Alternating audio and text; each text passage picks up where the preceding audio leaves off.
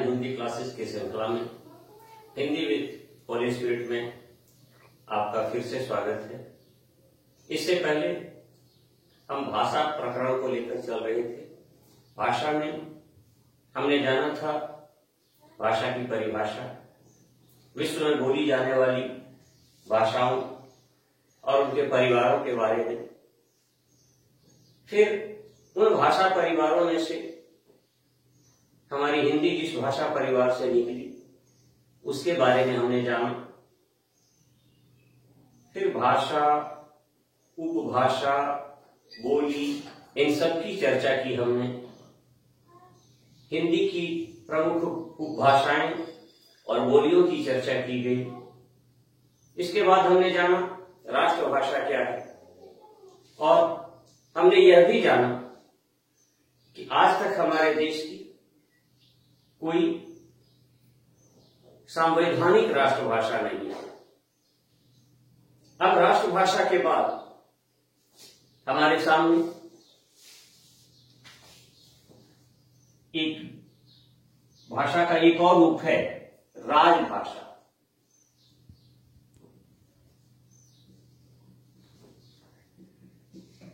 राजभाषा अर्थात राजकीय कार्यों में प्रयुक्त होने वाली भाषा, यानी सरकारी ऑफिसेस में, सरकारी कार्यालयों में, मंत्रालयों में, विभागों में जिस भाषा का प्रयोग किया जाता है उसे राजभाषा बोलते हैं। तो इसकी परिभाषा हम इस प्रकार दे सकते हैं कि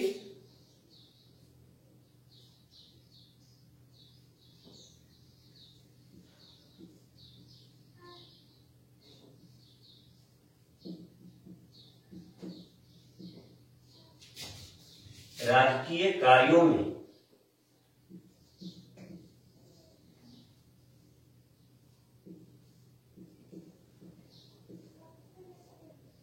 प्रयुक्त होने वाली भाषा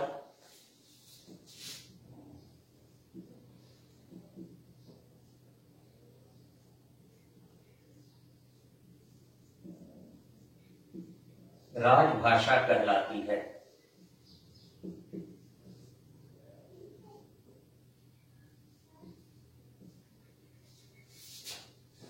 राजकीय कार्यों यानी शासन और प्रशासन के द्वारा जिस भाषा का प्रयोग किया जाता है इसे हम कार्यालयी भाषा भी कहते हैं। ऑफिशियल लैंग्वेज के रूप में ये जाना जाता है। तो हमने जिन 22 भाषाओं की चर्चा की थी कि भारत सरकार की मान्यता जिन 22 भाषाओं को मिली हुई है भारतीय संविधान की 8वीं अनुसूची में, जिन्हें दर्ज कराया गया है, वे सारी भाषाएं राजकीय भाषाएं हैं या राजभाषाएं हैं। इनमें से अधिकांश भाषाएं अपने अपने प्रांतों की राजभाषाएं हैं, जबकि हिंदी भारतीय संघ की राजभाषा है। राजभाषा के रूप में भारतीय संविधान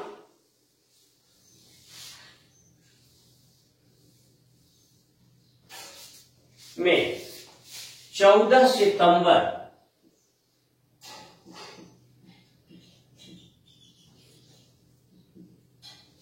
1949 14 सितंबर 1949 को राजभाषा संबंधी प्रावधान भारतीय संविधान में किया गया और इसके अंतर्गत माना गया कि हिंदी भारतीय संघ की राजभाषा होगी, यानी कार्यालयी कार्यों में हिंदी का प्रयोग किया जाएगा। यही कारण है कि आज आप हर साल इसी की याद में 14 सितंबर को हिंदी दिवस मनाते हैं। ये राजभाषा नियम, राजभाषा संबंधी जो प्रावधान संविधान में किया गया वह तो 14 सितंबर 1949 को तैयार किया गया, लेकिन यह लागू हुआ 26 जनवरी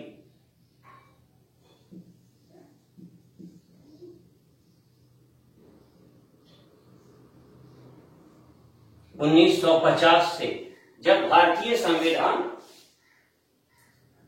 लागू हुआ, जब हमारा गणतांत्रिक स्वरूप चला हमारे राष्ट्र का, तब इसे लागू किया गया। तो अब हमें ये जानना चाहिए कि राजभाषा संबंधी बातें संविधान में कहां दर्ज है। तो भारतीय संविधान के अनुच्छेद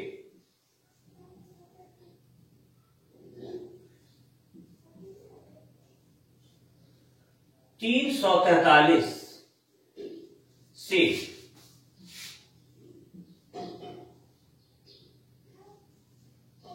351 तक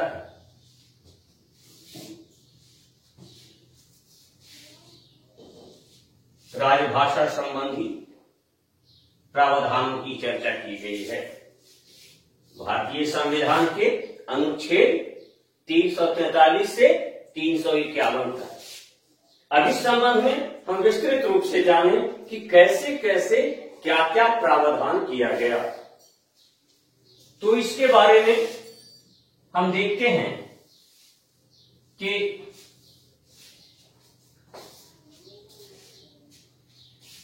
भारतीय संविधान के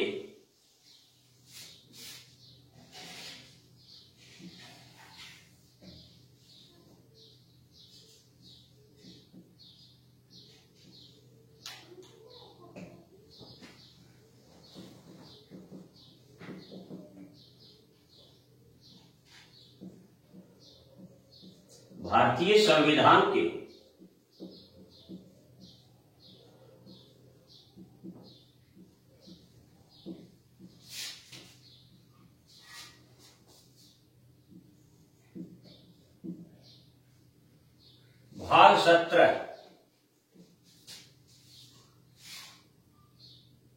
के अंतर्गत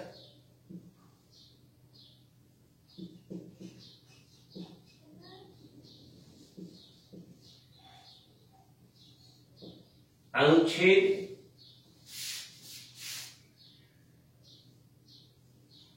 343(1) तो उसमें यह व्यवस्था दी गई, 343(1) के अनुसार यह व्यवस्था दी गई कि हिंदी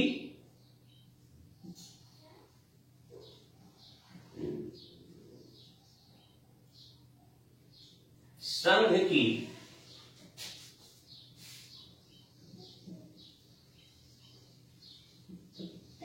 राजभाषा होगी और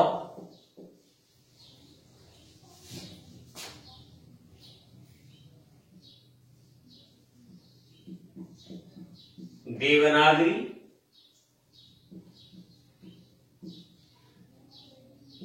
इसकी लिपि होगी।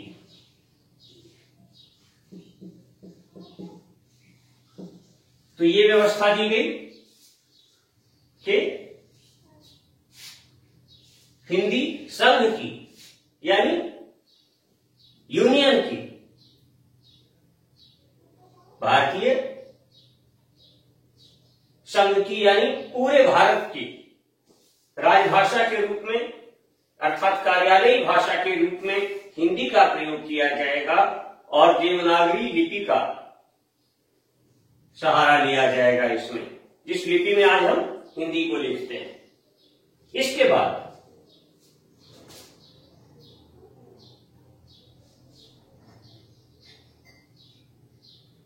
संविधान के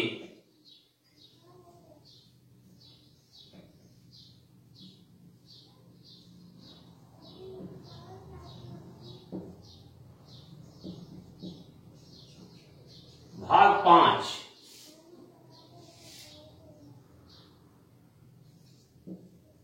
के अंतर्गत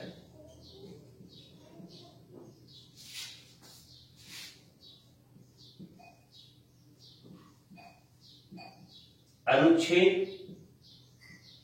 120(1) में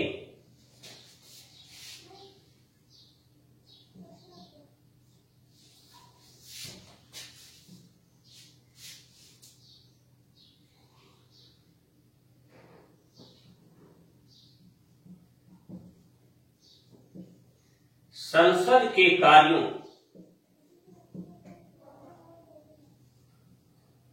के लिए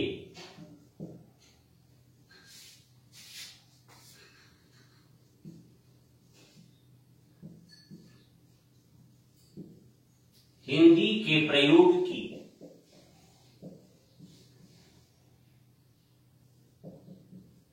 बात कही गई।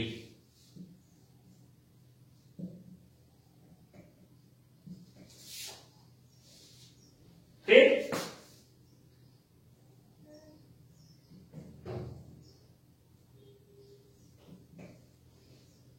संविधान के भाग 6 के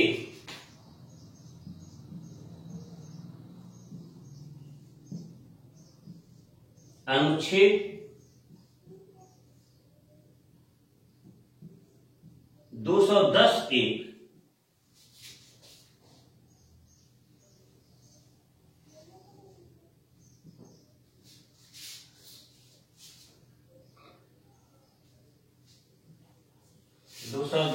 में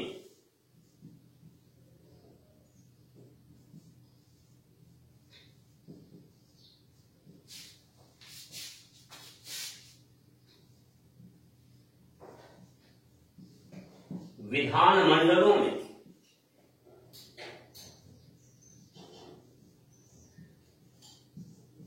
हिंदी को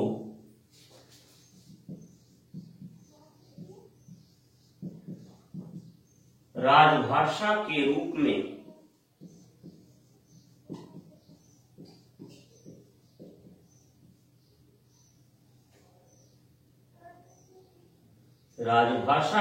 में अपनाने का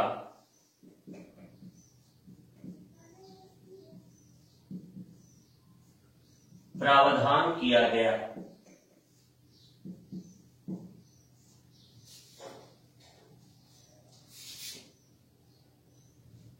तो सबसे पहले हमने क्या देखा कि भारतीय संविधान के भाग 17 के अनुच्छेद 343(1) में क्या कहा गया कि हिंदी संघ की राजभाषा होगी और देवनागरी इसकी लिपि होगी। इसके बाद संविधान के भाग 5 के अनुच्छेद 120(1) में कहा गया कि संसद के कार्यों के लिए, पार्लियामेंट के कार्यों के लिए भी हिंदी का प्रयोग किया जाएगा। फिर भाग 6 के अनुच्छेद 201 में यह निर्धारित किया गया कि विधान मंडलों में यानी विभिन्न प्रांतों के असेंबलीज में, विधानसभाओं में भी राजभाषा के रूप में हिंदी को अपनाया जाएगा। इसके बाद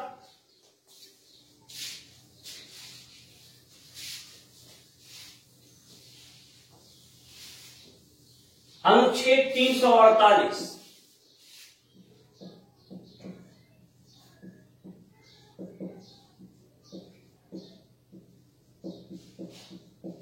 संविधान के भाग 17 के अनुच्छेद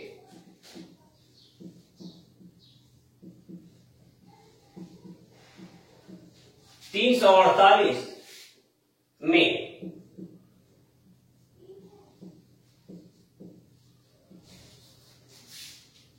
उच्चतम न्यायालय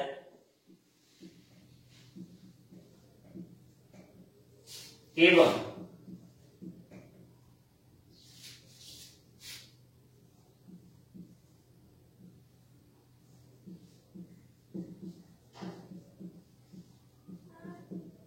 उच्च न्यायालयों में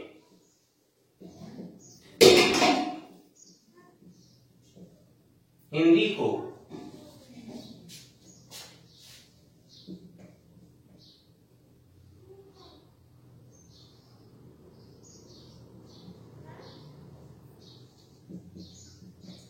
राजभाषा के रूप में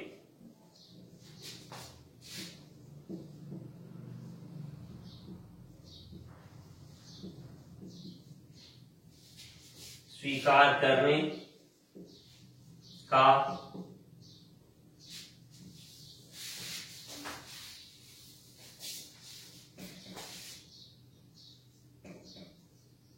प्रावधान किया गया।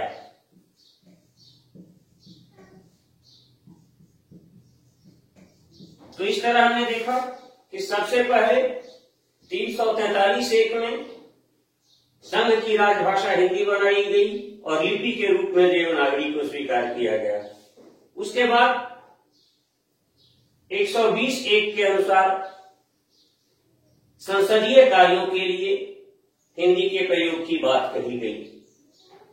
भाग 6 के 210(1) के अनुसार विधानमंडलों के कार्यों में हिंदी के प्रयोग की बात कही गई। अनुच्छेद 348 के अनुसार उच्चतम न्यायालय यानी सुप्रीम कोर्ट और उच्च न्यायालय यानी हाई कोर्ट्स, पूरे भारत में जितने हाई कोर्ट्स हैं उन सब में राजभाषा के रूप में हिंदी को स्वीकार करने का प्रावधान किया गया कि हिंदी ही राजभाषा के रूप में चलेगी। लेकिन एक बहुत बड़ी समस्या थी। जैसा कि हम पहले जान चुके हैं कि हमारा भारत एक बहुभाषी राष्ट्र है और अनेक प्रांतों की अलग अलग भाषाएं हैं। फिर अंग्रेजों की लंबी गुलामी के कारण अंग्रेजी भी हमारे कार्यालय पर बुरी तरह से हावी थी। तो अचानक हिंदी का प्रयोग सरलता से संभव नहीं था। जो हिंदी भाषी प्रदेश थे उनके लिए तो समस्या नहीं थी, लेकिन जो गैर हिंदी भाषी प्रदेश थे जैसे दक्षिण भारत के प्रदेश में या बंगाल, आसाम, उड़ीसा या पूर्वोत्तर के राज्य, इन सब के लिए समस्याएं थी। कश्मीर आदि में भी समस्याएं थी कि कैसे अचानक हिंदी का प्रयोग किया जाए। तो इसके लिए एक व्यवस्था की गई, वैकल्पिक व्यवस्था। राजभाषा के रूप में तो स्वीकार कर लिया गया हिंदी को, लेकिन स्वाभाविक है कि अचानक हिंदी को नहीं अपनाया जा सकता था। तो इसके लिए एक समय निर्धारित किया गया कि उस निर्धारित समय तक वैकल्पिक व्यवस्था हो सकती है। तो इसकी चर्चा संविधान के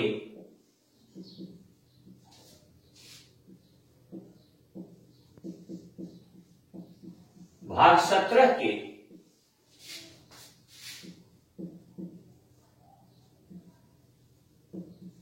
अनुच्छेद 343(2) 343(1) में तो यह व्यवस्था दी गई थी कि संघ की राजभाषा हिंदी होगी और लिपि देवनागरी होगी। लेकिन 343(2) में यह व्यवस्था दी गई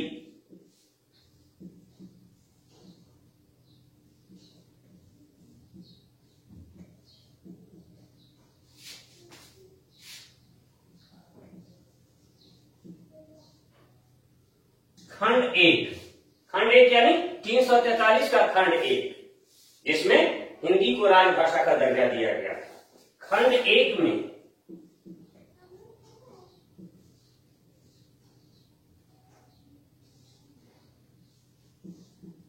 किसी बात के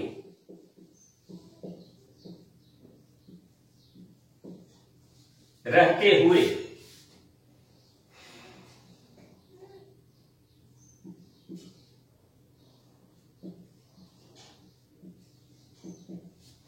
संविधान लागू होने से 15 वर्षों की अवधि तक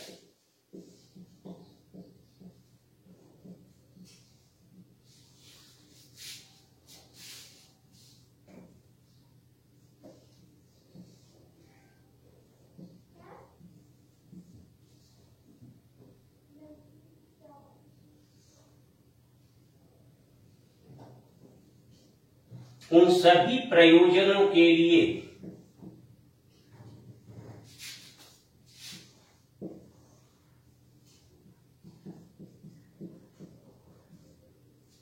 अंग्रेजी का राजभाषा के रूप में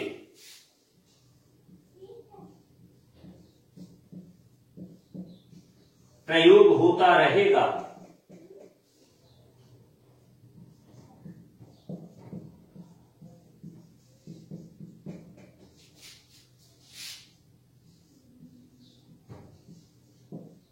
जिनके लिए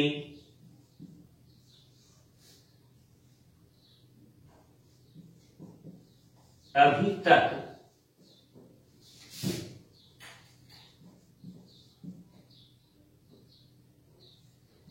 उसका प्रयोग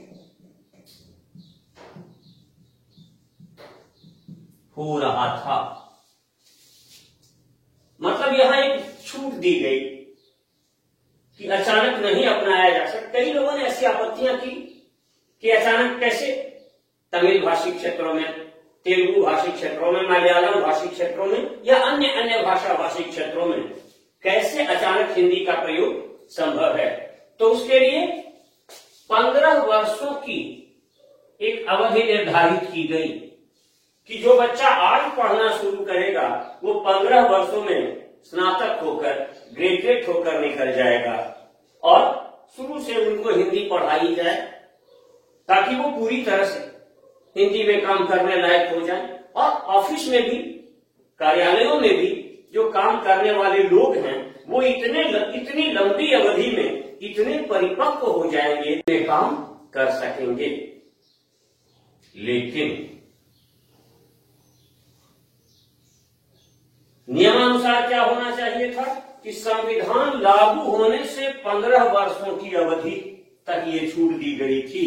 यानी संविधान लागू हुआ 26 जनवरी 1950 को, तो 26 जनवरी 1965 तक के लिए यह छूट दी गई थी। उसके बाद पूरी सख्ती के साथ, पूर्णता के साथ हिंदी का संपूर्ण भारत में हर प्रकार के राजकीय कार्यों के लिए प्रयोग होना था और राज्य सरकारों के अंतर्गत आने वाले कार्यालयों में भी पूरी तरह से हिंदी को अपनाया जाना था। परंतु तुष्टीकरण की राजनीति और क्षेत्रवाद की ओछी राजनीति के कारण तत्कालीन नेहरू सरकार में ही सन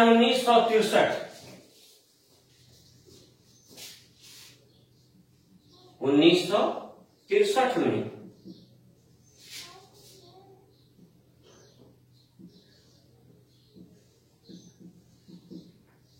राजभाषा अधिनियम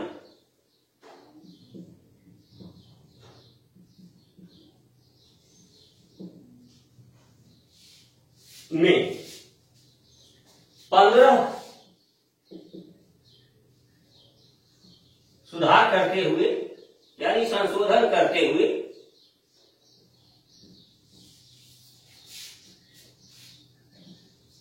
15 वर्षों की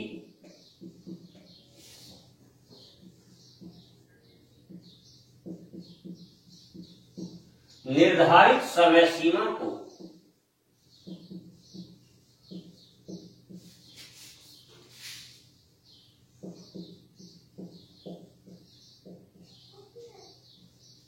समाप्त कर दिया गया।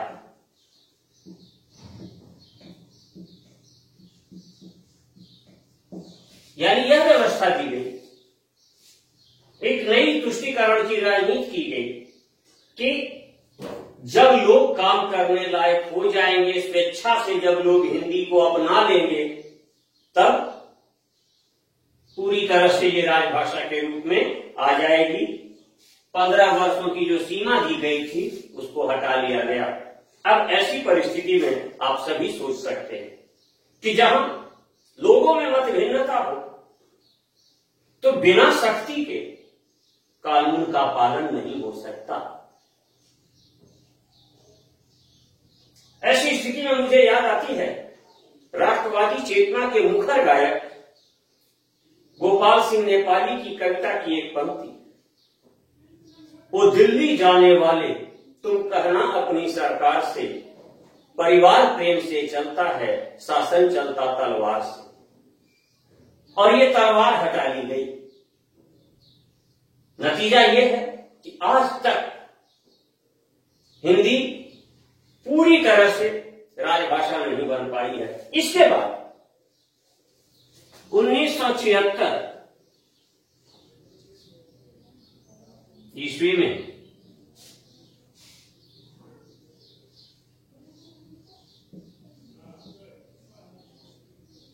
राजभाषा नियम नाम से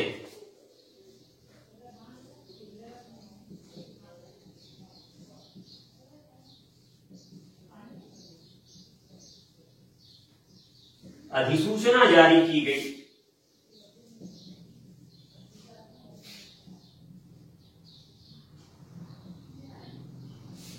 जिसमें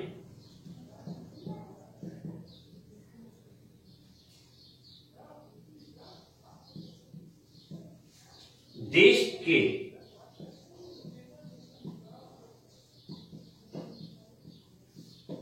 सभी राज्यों को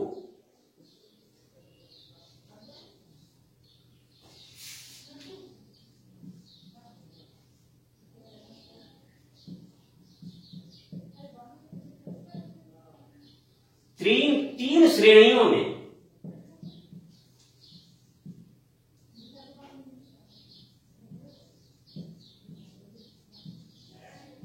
रखते हुए उनके लिए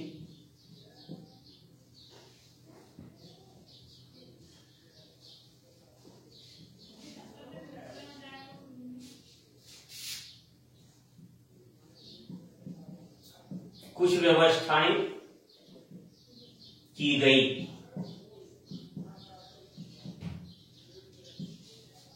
उन्नीस सौ 76 में राजभाषा नियम से तत्कालीन इंदिरा सरकार में राजभाषा विभाग के द्वारा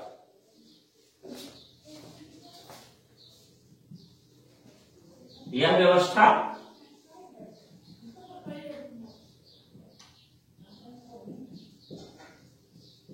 भारत सरकार के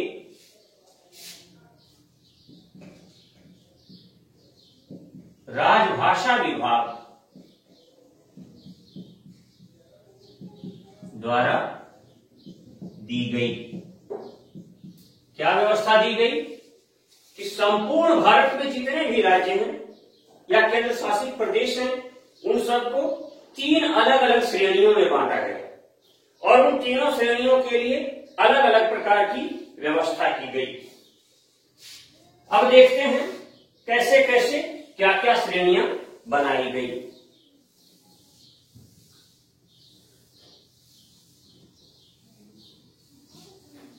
तो 3 श्रेणियां बनाई गई, क, ख और ग। तो सबसे पहले क श्रेणी की बात करें। इस श्रेणी में उन राज्यों को रखा गया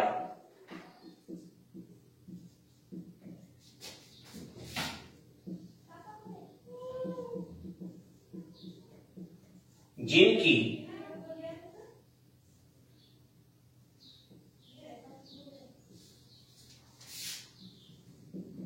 मूल भाषा हिंदी है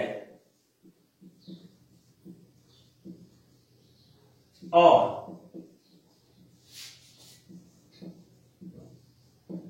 जिन्होंने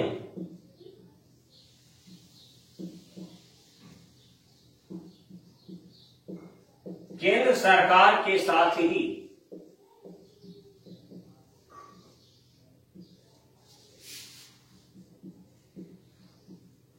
हिंदी को राजभाषा के रूप में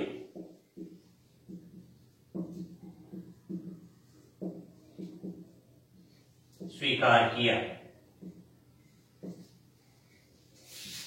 इसमें क श्रेणी में वे राज्य आए जिनकी मूल भाषा हिंदी थी और उन्होंने केंद्र के साथ ही राजभाषा के रूप में हिंदी को स्वीकार किया। इनमें राज्य थे उत्तर प्रदेश,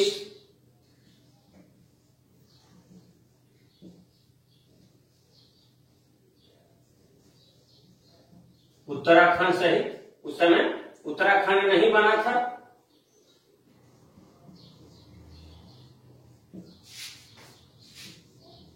बिहार,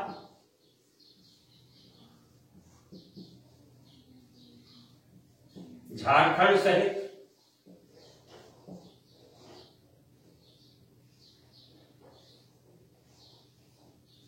मध्य प्रदेश,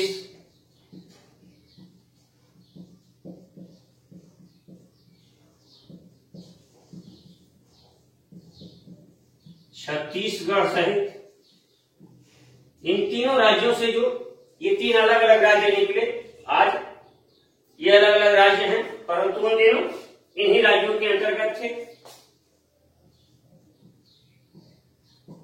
राजस्थान, दिल्ली, जो उन दिनों एक केंद्र शासित प्रदेश था, आज राष्ट्रीय राजधानी दिल्ली के नाम से एक राज्य के रूप में है। और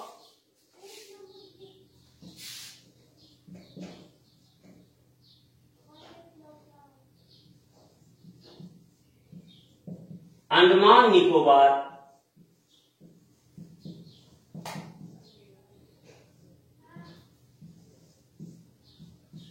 द्वीप समूह, तो ये राज्य थे जिनकी मूल भाषा भी हिंदी थी और उन्होंने राजभाषा के रूप में पहले दिन से ही हिंदी को स्वीकार कर लिया था। कौन कौन से राज्य थे? उत्तर प्रदेश, वर्तमान उत्तराखंड, बिहार, झारखंड, मध्य प्रदेश, छत्तीसगढ़, राजस्थान, दिल्ली और अंडमान निकोबार। अब इसके बाद ख श्रेणी में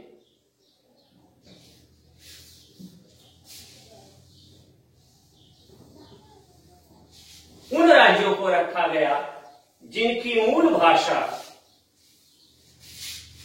हिंदी नहीं थी,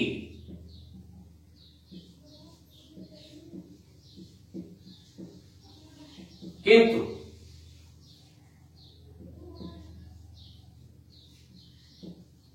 उन्होंने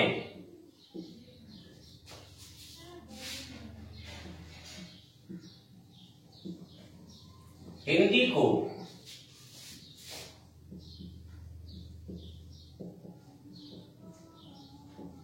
राजभाषा के रूप में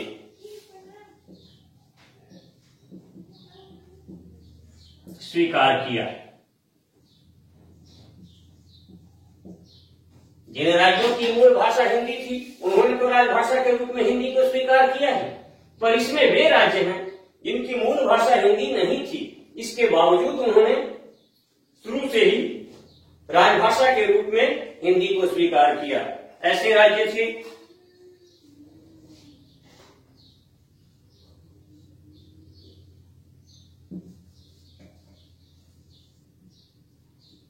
महाराष्ट्र,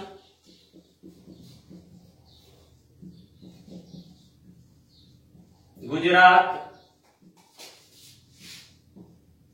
पंजाब,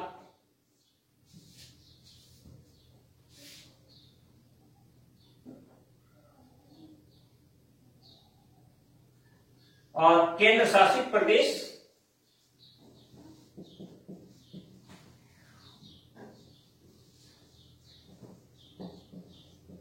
चंडीगढ़।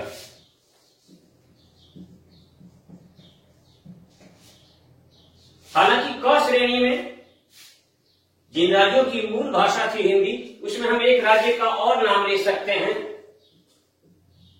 हिमाचल प्रदेश।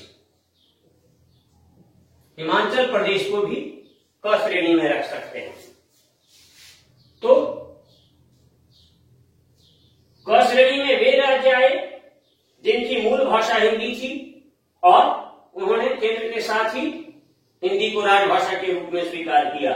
ख श्रेणी में वे राज्य आए महाराष्ट्र, गुजरात, पंजाब और चंडीगढ़, जिनकी मूल भाषा हिंदी नहीं थी, पर इसके बावजूद उन्होंने हिंदी को राजभाषा के रूप में स्वीकार किया गया।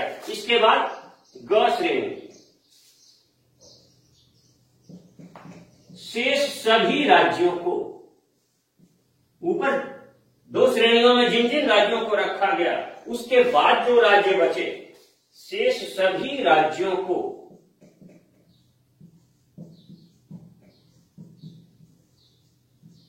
ग श्रेणी में रखा गया।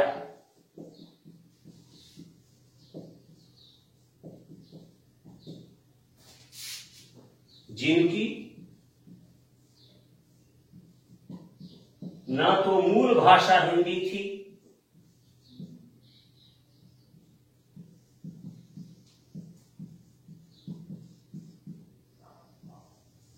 और न ही उन्होंने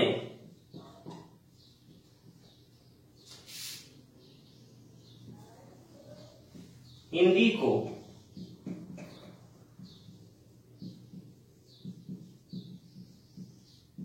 राजभाषा के रूप में अपनाया था। तो ये 3 श्रेणियां बनाई गई। इसमें क्या है, वे सारे राज्य या केंद्र शासित प्रदेश जिनकी न तो मूल भाषा थी हिंदी और न उन्होंने राजभाषा के रूप में हिंदी को स्वीकार किया था। तो इन तीनों श्रेणियों के राज्यों के लिए 3 अलग अलग व्यवस्थाएं की गई। वो इस प्रकार थी।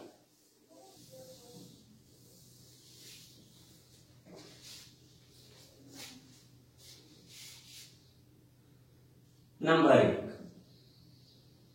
क श्रेणी के लिए। इसमें पहली व्यवस्था की गई क श्रेणी के राज्यों के लिए कि क श्रेणी के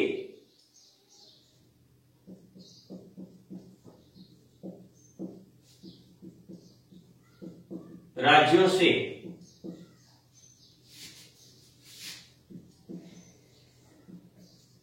सभी पत्र व्यवहार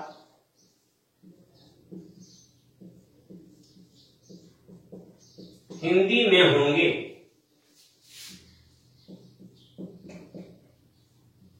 और यदि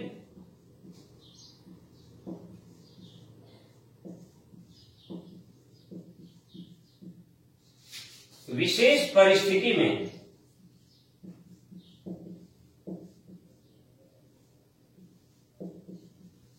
कोई पत्र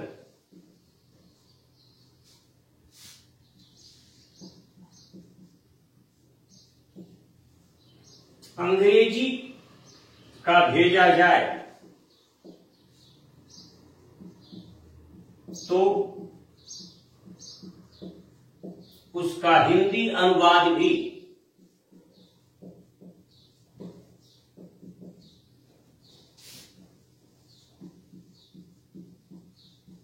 संलग्न होगा।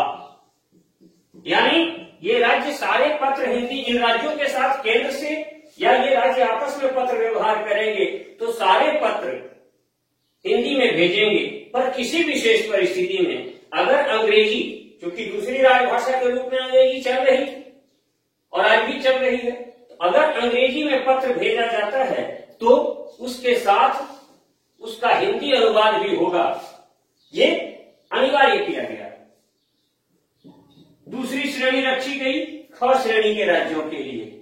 इसमें व्यवस्था दी गई कि ख श्रेणी के राज्य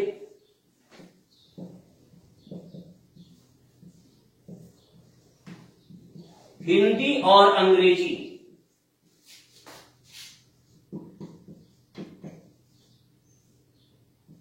दोनों में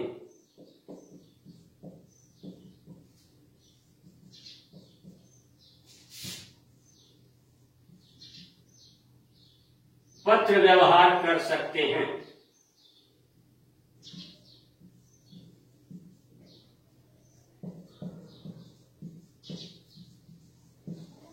इनके लिए ये छूट थी कि वे चाहे तो हिंदी में पत्र व्यवहार करें, चाहे तो अंग्रेजी में पत्र व्यवहार करें, ये छूट दी गई। और तीसरी श्रेणी यानी ग श्रेणी के जो राज्य थे, ख श्रेणी में तो वो राज्य थे जिनकी मूल भाषा हिंदी नहीं थी, पर उन्होंने केंद्र के साथ ही हिंदी को अपनाया था।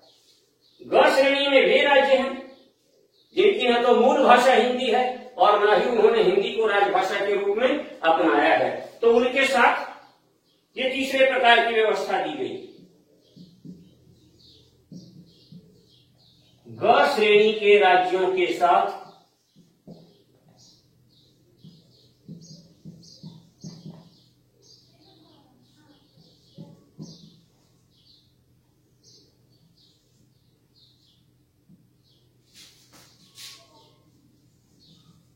सभी पत्र व्यवहार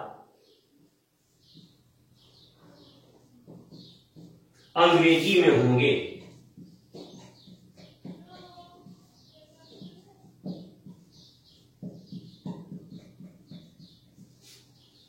तो इस प्रकार हम देखते हैं कि तीनों श्रेणी के राज्यों के लिए अलग अलग व्यवस्था दी गई और कुल मिलाकर परिणाम यही है कि आज भले ही संवैधानिक रूप से हिंदी हमारे भारतीय संघ की राजभाषा है, किंतु सरकार की स्वेच्छा और क्षेत्रीय राज्यों की सरकारों की या दलों की मनमानी का शिकार होकर, विभिन्न क्षेत्रों के वासियों की मनमानी का शिकार होकर आज तक हिंदी पूर्ण रूप से राजभाषा नहीं बन पाई है और हिंदी के साथ साथ अंग्रेजी का प्रयोग भी उन्मुक्त तरीके से चल रहा है। तो आज हम यही रुकते हैं। आशा करता हूं आपको ये सारी बातें अच्छे से समझ में आ गई होंगी, और नहीं समझ में आई हो तो मैंने आपको पहले भी कह रखा है कि मेरे मोबाइल नंबर पर फोन करके, व्हाट्सएप करके या कमेंट बॉक्स में अपने कमेंट्स दे करके अपनी समस्याएं हमारे साथ रखें। जिन विद्यार्थियों ने भी समस्याएं रखी हैं, मैंने उनकी समस्याओं का पूरी तरह से समाधान किया है। तो आज हम यहीं रुकते हैं। हिंदी विद होली स्पिरिट का आज यही विराम। आगे कल फिर मिलेंगे नए कालांश में नई ऊर्जा के साथ। आप लोग लॉकडाउन के नियमों का पालन करते हुए स्टे होम, स्टे सेफ की नीति को अपनाएं। धन्यवाद।